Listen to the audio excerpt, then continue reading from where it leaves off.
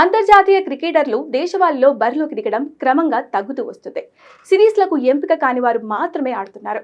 స్టార్ల సంగతి సరే, చిన్న జట్లతో సిరీస్లకే వారికి విశ్రాంతి ఇస్తున్న సంగతి తెలిసిందే. అయితే స్టార్ క్రికెటర్లు విరాట్ కోహ్లీ, రిషబ్ పంత్ అంతర్జాతీయ క్రికెట్లో బిజీగా ఉంటారు. దేశవాళీ క్రికెట్లో ఆడటం సాధ్యపడడం లేదు.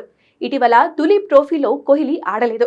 పంత్ మాత్రం తొలి రౌండ్లో ఆడినా తర్వాత బంగ్లాదేశ్తో మొదటి టెస్ట్లో దుమ్ము రేపిన సంగతి తెలిసిందే. అయితే రాబోయే రంజీ ట్రోఫీలో వీరిద్దరూ ఆడతారని ఢిల్లీ క్రికెట్ సంఘం తన ప్రాబబుల్స్ ను ప్రకటించడం గమనార్హం. అక్టోబర్ 11 నుంచి రంజీ ట్రోఫీ ఎలైట్ పోటీలు ప్రారంభం కానున్నాయి. ఈ క్రమంలో మొత్తం 84 మందితో కూడిన ప్రాబబుల్ స్క్వాడ్ ను ఢిల్లీ క్రికెట్ సంఘం ప్రకటించింది. ఎంపిక చేసిన ప్లేయర్లకు సెప్టెంబర్ 26న ఫిట్నెస్ పరీక్షలు జరుగుతాయి. అయితే ప్రస్తుతం అంతర్జాతీయ క్రికెట్లో ఆడే క్రికెటర్లను ఫిట్నెస్ టెస్ట్ నుంచి మినహాయింపు ఇస్తున్నామని ఢిల్లీ బోర్డు వెల్లడించింది. రంజీ ట్రోఫీలో ఢిల్లీ జట్టుకు గతంలో శిఖర్ ధావన్, గౌతమ్ గంభీర్ తదితరులు ప్రాతినిధ్యం వహించారు.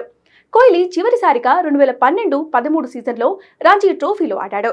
ఉత్తరప్రదేశ్తో మ్యాచ్లో పాల్గొన్నాడు. ఆ తర్వాత అంతర్జాతీయ క్రికెట్లో తీరిక లేకపోవడంతో కుదరనేలేదు. పంత్ కూడా 2016-17 సీజన్లో ఆడాడు. జార్ఖండ్ పై కేవలం 48 బంతుల్లోనే సెంచరీ బాదేసి అత్యంత వేగంగా చేసిన బ్యాటర్గా నిలిచాడు.